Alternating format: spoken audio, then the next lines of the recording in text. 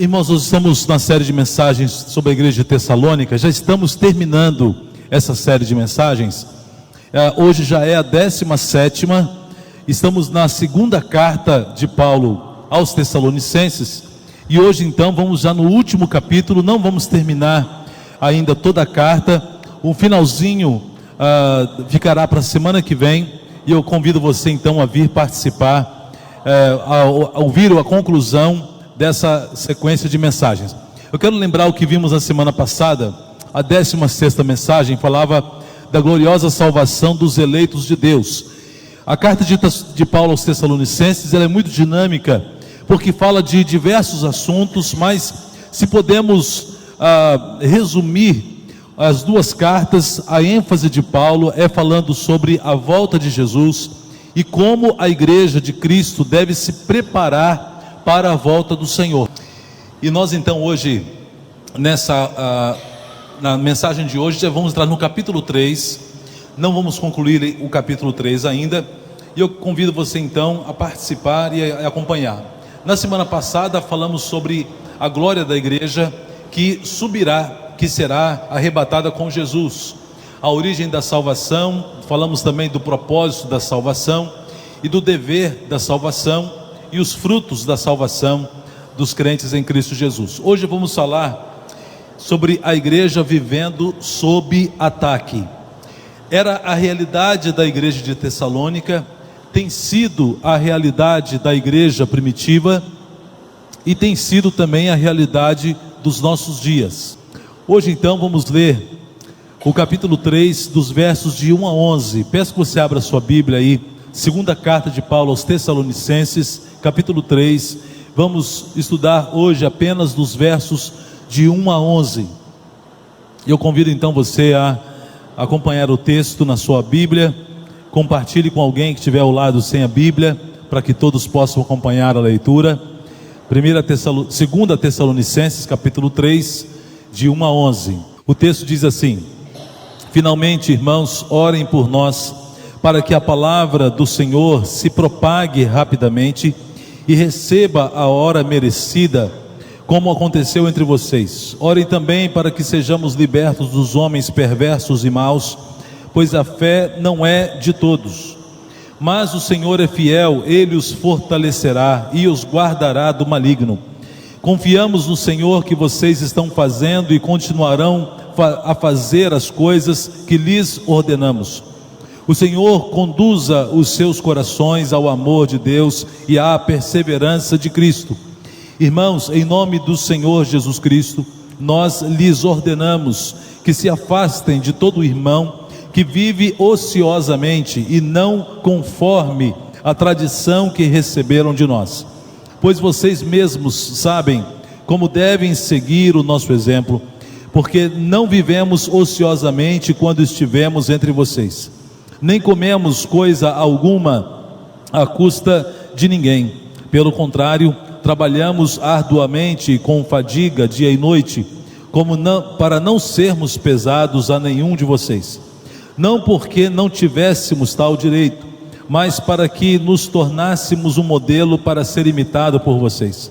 Quando ainda estávamos com vocês, nós lhes ordenamos isto: se alguém não quiser trabalhar, também não coma, pois ouvimos que alguns de vocês estão ociosos, não trabalham, mas andam se intrometendo na vida alheia. Amém? Só até aqui. Paulo está dando aqui umas orientações claras para a igreja de Tessalônica, falando de algumas coisas práticas para essa igreja e animando a igreja, fortalecendo a igreja, dando uma palavra de ânimo, de orientação e também de correção.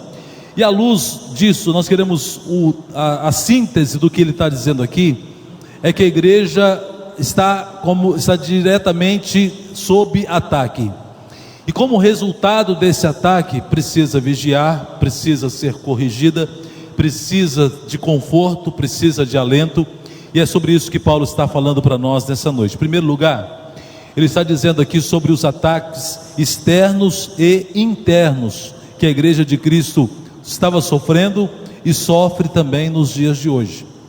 Então ele fala aqui no verso 2, desses ataques externos. Ele fala dos homens maus. Orem também para que sejamos libertos dos homens perversos e maus, pois a fé não é de todos. Irmãos, o diabo é o inimigo mortal da igreja, meu inimigo, seu inimigo também. Mas ele não trabalha sozinho.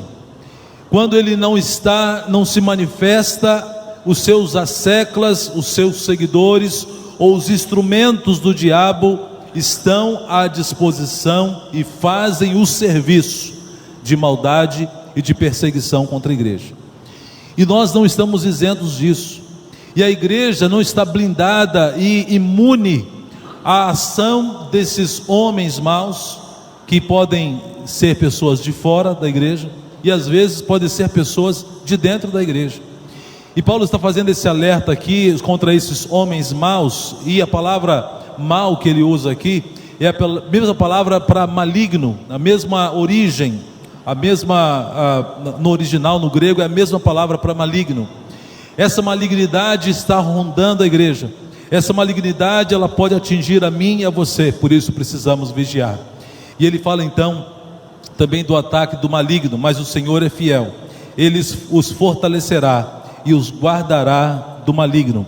Nesse texto nós vemos aqui duas promessas de Paulo para a igreja. Uma palavra de que Deus é fiel e que Ele fortalecerá a igreja. Mas mais uma vez ele faz menção ao maligno. Meus irmãos, o diabo, ele tem o título de maligno porque ele é mau.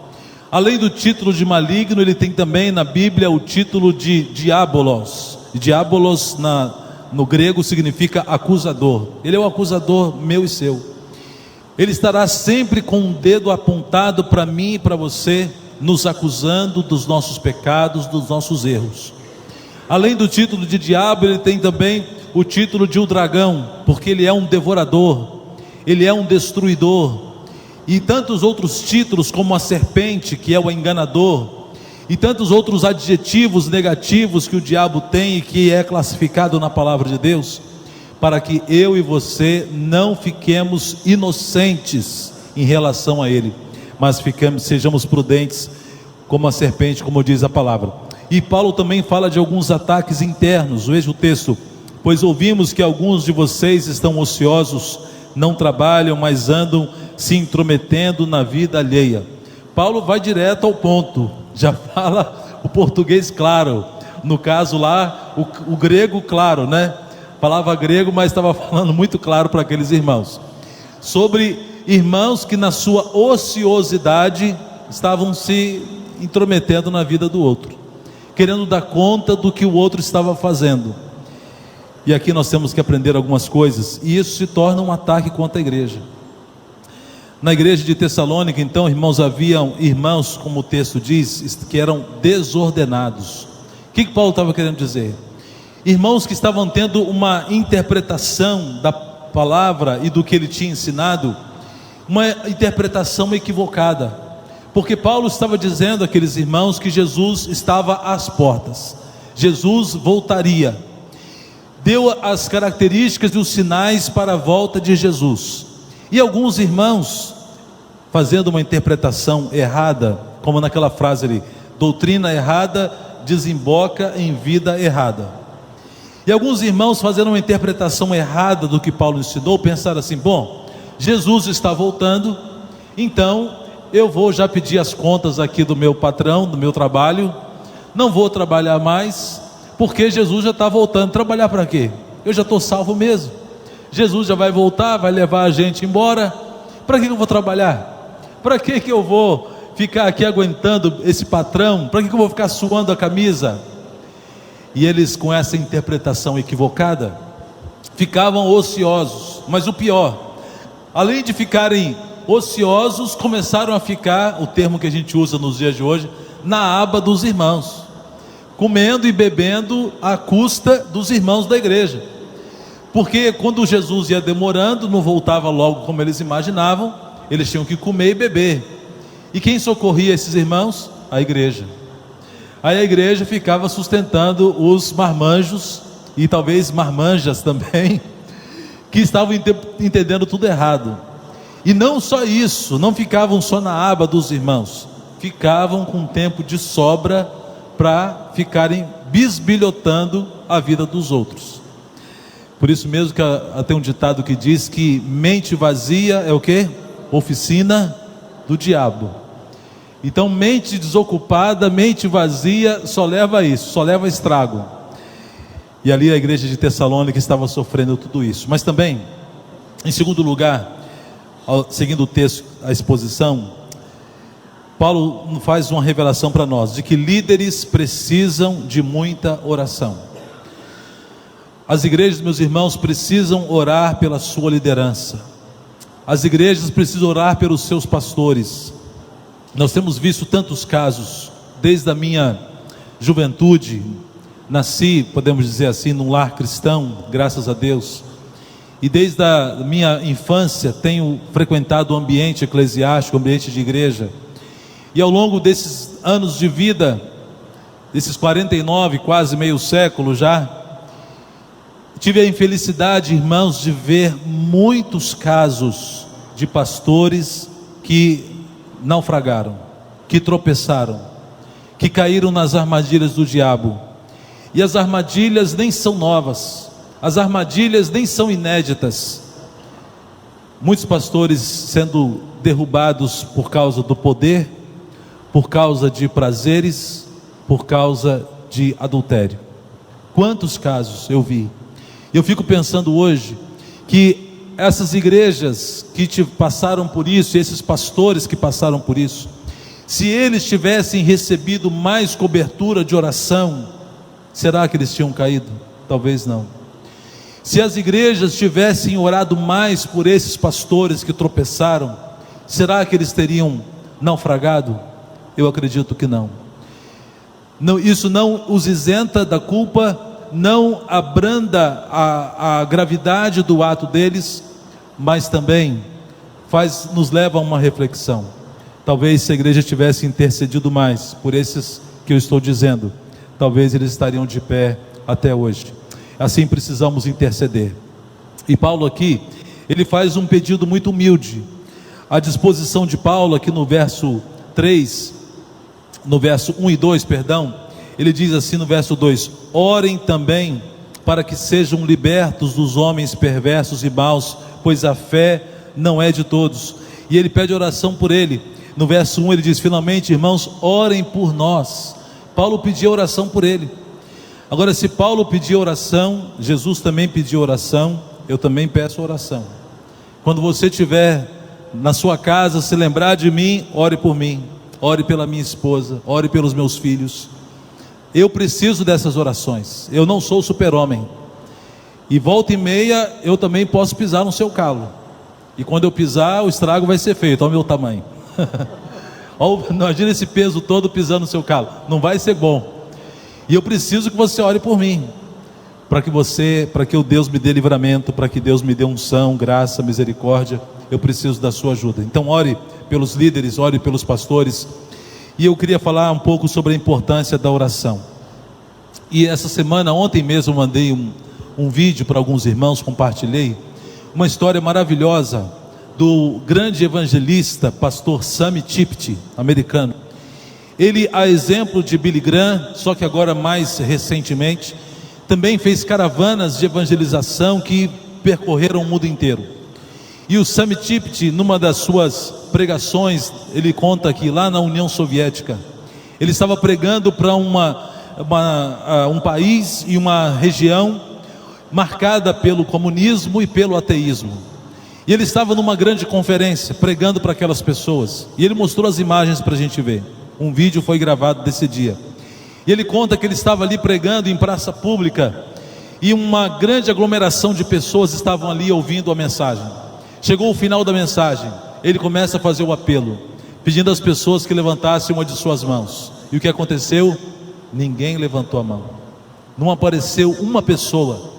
E ele começou a ficar nervoso e pensar o que fazer, porque ao mesmo tempo ele sabe que é um agir de Deus, mas naquele país comunista, se não houvesse nenhuma vida salva, isso representaria talvez uma vergonha, uma derrota.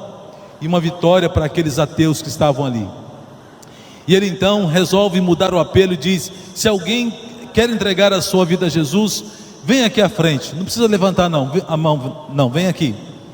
E quando ele disse isso, uma mulher só saiu do meio da multidão, caminhando até o altar, e ela fez uma coisa diferente. Ela tinha uma flor na mão, e ela entregou uma flor na mão do Sami Tipti.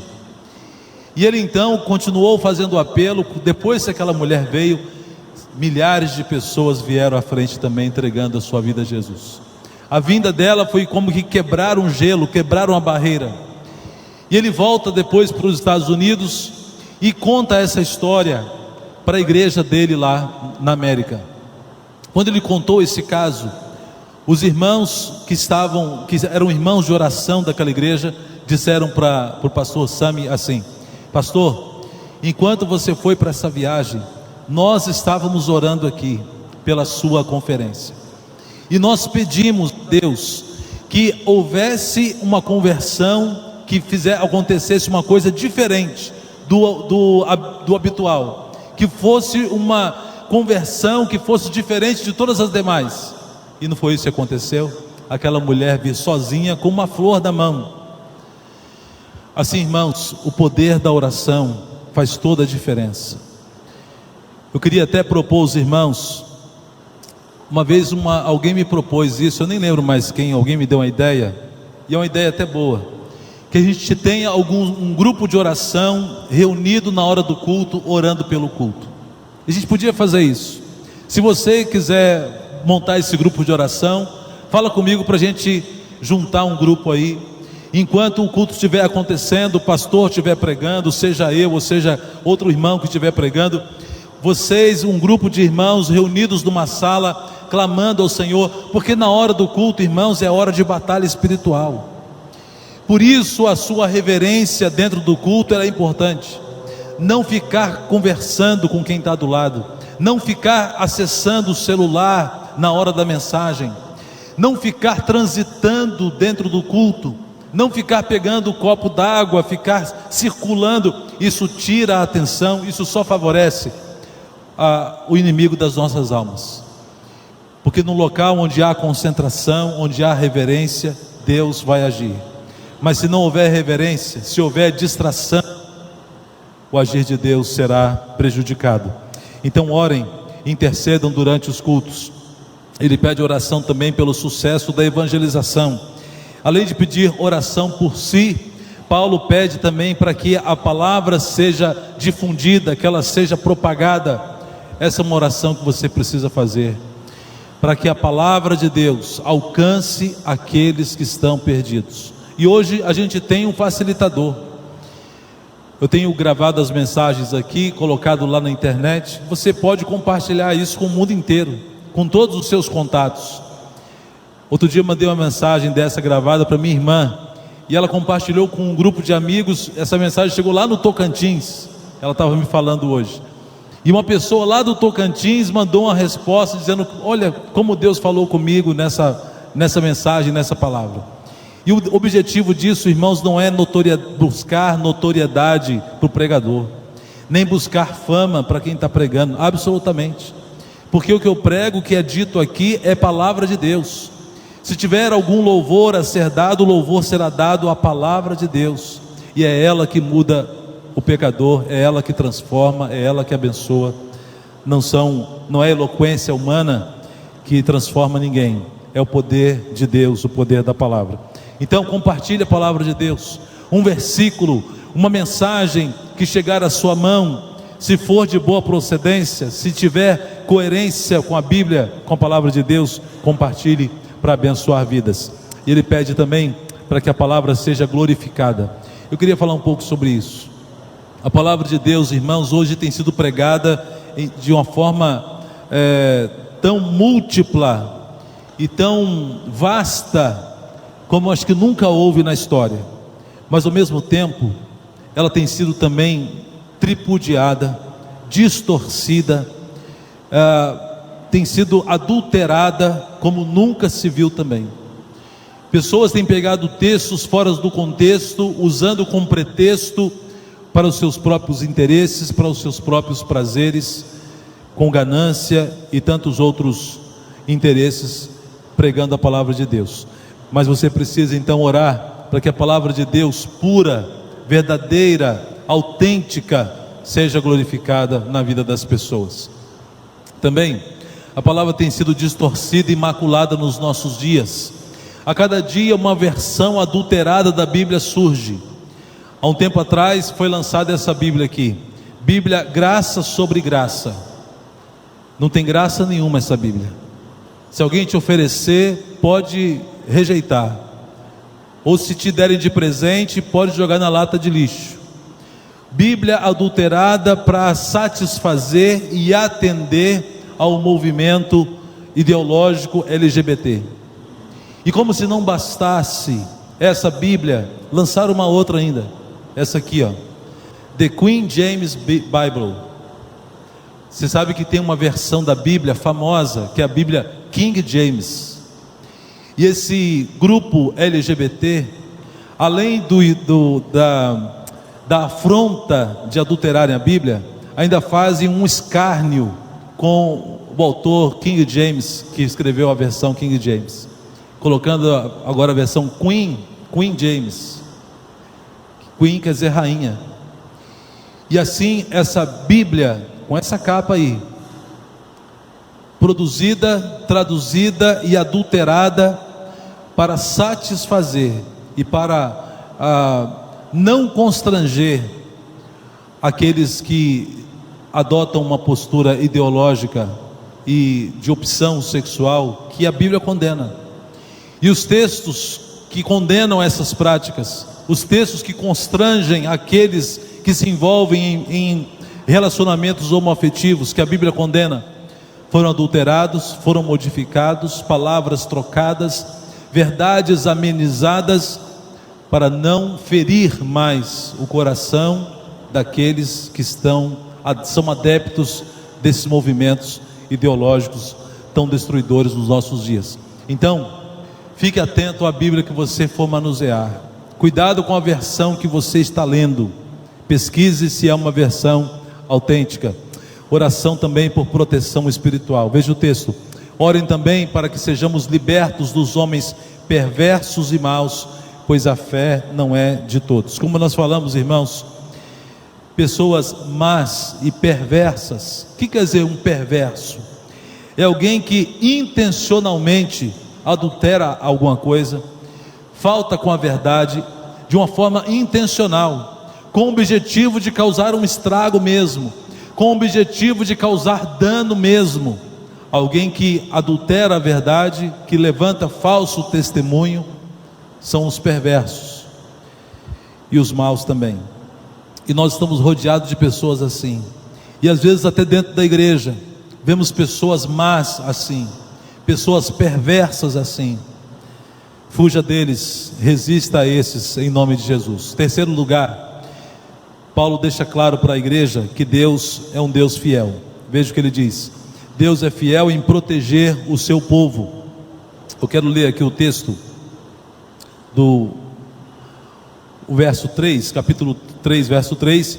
Mas o Senhor é fiel, Ele os fortalecerá e os guardará do maligno. Uma coisa que a gente precisa prestar atenção, meus irmãos, com relação ao diabo, com relação ao maligno, há dois erros que às vezes nós cometemos como igreja em relação ao maligno. Um dos erros é o temor excessivo, e o outro erro é a imprudência ou a falta de vigilância. Esses dois erros são comuns. O primeiro erro, que é um temor excessivo. Há crentes que, ao saberem de alguém que está possesso por demônios, não quer nem chegar perto, já pensa assim: não, isso é tarefa para o pastor. Expulsar demônio de alguém é o pastor que pode fazer isso, ou então é o diácono, é um irmão que tenha muita consagração. Irmãos, Jesus deu esse poder a todos os discípulos.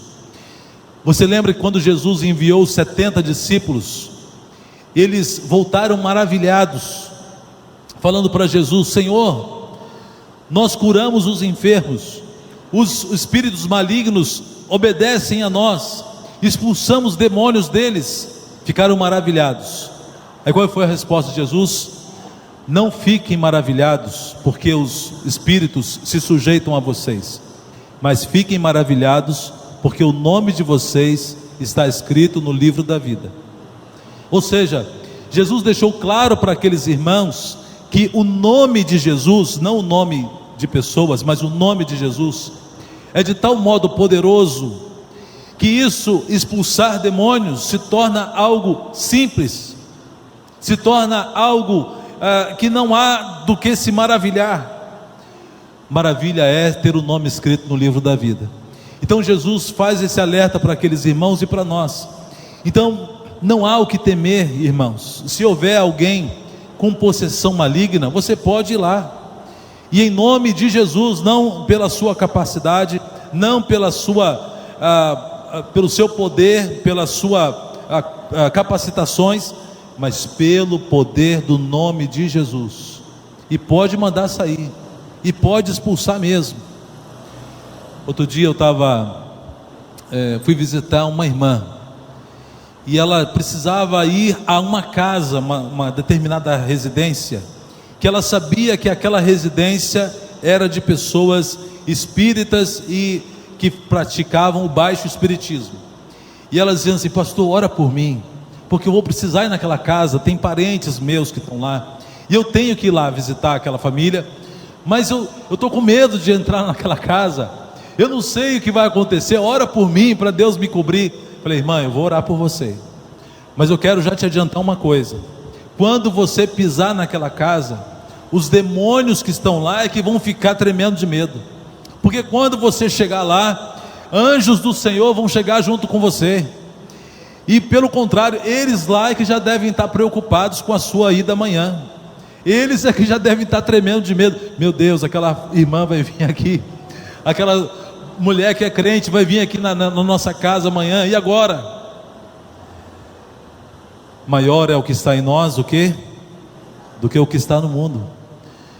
Nós temos que rechaçar mesmo todo o poder do maligno. Esse é um extremo, um medo exacerbado. Mas quer ver outro extremo? É também uma negligência, é achar que o diabo não é de nada, é querer achar que com ele a gente pode. O diabo não é de nada. Eu sou filho do rei. Eu posso tudo, posso todas as coisas daquele que me fortalece. É verdade, você é filho do rei, você pode todas as coisas daquele que te fortalece, mas tenha o temor do Senhor, e saiba que não é você que pode, é Jesus que pode. E você pode enfrentar o diabo porque Jesus está contigo, mas não queira enfrentar o diabo pela sua própria capacidade. Não subestime o poder de retaliação do diabo, não subestime a ação destruidora dele e as retaliações dele contra a sua vida. Uma coisa é ter um medo exacerbado, outro erro é subestimar o inimigo. Não faça isso. Nós temos que ter esse equilíbrio, irmãos, de nem ter um temor exagerado do maligno, e nem também de subestimar o seu poder destruidor. A obediência que proporciona segurança. Quando obedecemos, estamos seguros. Quando obedecemos a palavra de Deus, ela nos garante segurança. Paulo diz: confiamos no Senhor, que vocês estão fazendo e continuarão a fazer as coisas que lhes ordenamos. Quando nós obedecemos a Deus, estamos seguros. Quando andamos distante do Senhor, nós fraquejamos e ficamos vulneráveis. O perigo que a igreja enfrenta é a ausência de Deus. Se a igreja estiver sem a bênção de Deus, estamos em maus lençóis. Se a igreja quiser andar e fazer as suas coisas, os seus ministérios, as suas ações ministeriais, os seus programas, a sua liturgia, se quisermos fazer essas coisas sem Deus, baseado na calculadora, naquilo que o dinheiro pode fazer, naquilo que os nossos recursos podem fazer, estamos em maus lençóis. Mas se nós andarmos na dependência de Deus, reconhecendo que sem Ele nós nada podemos fazer. Se colocarmos a boca no pó e dissermos: Senhor, nós precisamos de Ti, essa obra é grande demais para nós, precisamos do Senhor, Deus vai nos ajudar, irmãos, porque o texto já está dizendo, porque Ele é fiel, Ele protege a sua igreja. A igreja é a menina dos olhos de Deus, é a noiva de Cristo. A igreja não precisa de cavaleiros da tábua redonda para protegê-la, não. A igreja não precisa de arautos que queiram fazer o papel de Jesus, não. Jesus defende a igreja, Jesus protege a igreja, Jesus, Ele é o dono da igreja, e a gente não pode esquecer isso. Deus mesmo que conduz a igreja vitoriosamente no meio das provas, no meio da tribulação, no meio da prova. É Deus que leva a igreja pela mão, é Deus que sustenta. Mas nós temos que lembrar que precisamos, para continuar assim, irmãos, perseverar. Eu tenho falado muito sobre isso, perseverar. A Bíblia diz: quem perseverar até o fim, o que? Será salvo. Não basta ser batizado, não basta dizer eu sou crente, não basta fazer rituais, cumprir dogmas, guardar liturgias, cumprir mandamentos ou atos religiosos vazios. Isso não basta. Nós temos que perseverar até o fim, firmes na presença de Deus, firmes na palavra, firmes na doutrina. E finalizando, a disciplina na igreja, uma medida terapêutica. E Paulo fala aqui no finalzinho algumas coisas a respeito de disciplina na igreja, e o texto que nós já lemos fala sobre isso também. A descrição dos que estavam falhando. Paulo descreveu aqui irmãos que estavam entendendo a revelação de forma errada, que estavam ficando ociosos, preguiçosos e ainda intrometendo na vida dos outros. Eles estavam vivendo, como Paulo disse, de uma forma desordenada, de uma forma displicente, de uma forma sem controle, sem ética, sem padrões e distantes daquilo que Paulo havia ensinado àqueles irmãos. Eles estavam também rendidos à preguiça. Veja o verso 11 aqui, 10 e 11, que Paulo diz: quando ainda estávamos com vocês, nós lhe ordenamos isto: se alguém não quiser trabalhar, também não coma. Por que Paulo está falando isso? Porque tinha gente que não estava trabalhando, mas queria comer.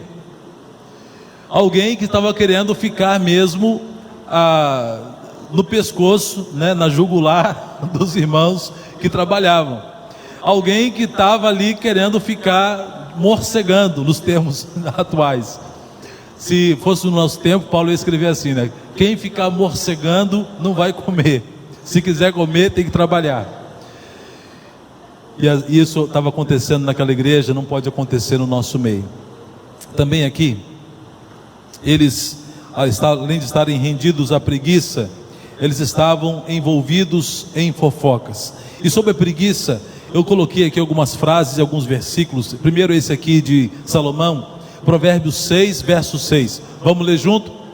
Vai ter com a formiga, ó preguiçoso, considera os seus caminhos e ser sábio. Salomão está dando uma lição para nós usando a formiga. Formiga que você pisa, esmaga com os pés, às vezes nem percebe. Um animalzinho, um inseto tão insignificante, mas que tem lições para nós. Formiga não para, trabalha o tempo inteiro, tem a previdência de acumular alimento para poder, no tempo da escassez, ter alimento guardado, e tantas outras lições. E Salomão está dizendo aqui, esse provérbio: considerar os caminhos da formiga e aprender com ela. Um ditado romano diz o seguinte: quem não aprende a fazer coisa alguma, aprende a fazer o mal. É bem parecido com aquele que falamos no começo, mente vazia, oficina do diabo. Um pensamento judeu diz assim: aquele que não ensina o filho a trabalhar, ensina-o a roubar. Não há outra maneira de sobreviver na vida. A maneira correta é trabalhando. Quem não aprende a trabalhar, a gente vê por aí. Quem quer ter dinheiro, quer ter ostentação, sem trabalhar, faz o quê? Vai roubar. Por isso que tem tantos aí roubando, porque não foram ensinados a trabalhar, foram aliciados pelo tráfico e outras coisas mais, e é mais fácil, acha mais fácil roubar o que é dos outros. Eles estavam também se envolvendo com fofocas, e a maledicência, meus irmãos, ela é um câncer, ela faz um estrago no meio da igreja. Por isso que lá em Tiago, o escritor Tiago, no seu livro, diz que a língua é um ser indomável, é um membro indomável, que carrega em si um veneno mortal. Com a mesma língua nós podemos abençoar alguém e às vezes amaldiçoamos alguém, às vezes até alguém da própria família. Dominar e domar a nossa língua é o desafio de todo crente, principalmente no que diz respeito a falar da vida do outro. Tem uma frase que circula muito na internet que diz assim, né? Deus deu vida para cada um poder cuidar da sua. Tem outra frase que eu ouvi falar assim: Deus deu 24 horas para a gente cuidar da vida. E tem gente que ainda quer fazer hora extra cuidando da vida do outro. Nós precisamos nos conter, não bisbilhotar o que se passa, nem dar pitaco na vida do outro, nem ficar fazendo fofocas. Eu quero finalizar com um texto aqui de João. E essa semana eu recebi um vídeo e um áudio falando sobre essa expressão hebraica chamada Lashon Hará. O que é Lashon Hará? É uma língua maldita, língua de maledicência, língua que blasfema, língua que murmura. Falar mal do outro, murmurar contra Deus, reclamar das bênçãos de Deus, isso é língua maldita, isso é Lashon Hará. E há um texto aqui de 1 João que diz assim: qualquer que odeia o seu irmão é homicida, e vós sabeis que nenhum homicida tem a vida eterna permanecendo nele. Irmãos, com a língua você pode até matar alguém, matar os sonhos de alguém.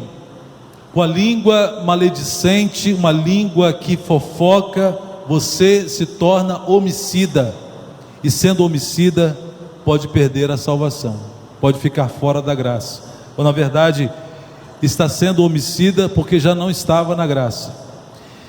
Nós precisamos fugir e corrigir isso dentro de nós. Eu sempre gosto de falar, repetir aqui uma definição rápida sobre o que é fofoca. O que é fofoca? É quando você fala alguma coisa para alguém que não é parte do problema e não é parte da solução.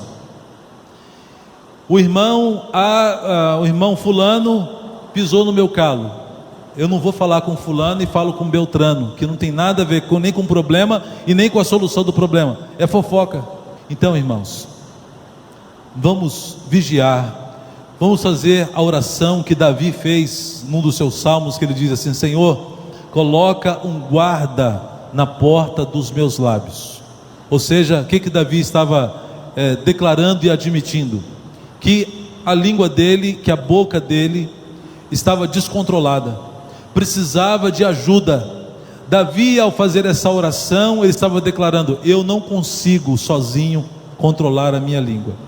Se Davi, o rei Davi, um homem segundo o coração de Deus, pediu isso, eu também tenho que pedir, você também tem que pedir, e Deus vai nos abençoar por isso. Sermos pessoas que tenham prudência no falar, cuja boca profira e apenas dela saia palavras que edifiquem e que sejam de bênçãos para a vida de todos. Amém? Amém. Que Deus assim nos abençoe. Vamos, irmãos, então, nesse momento, cantar mais uma vez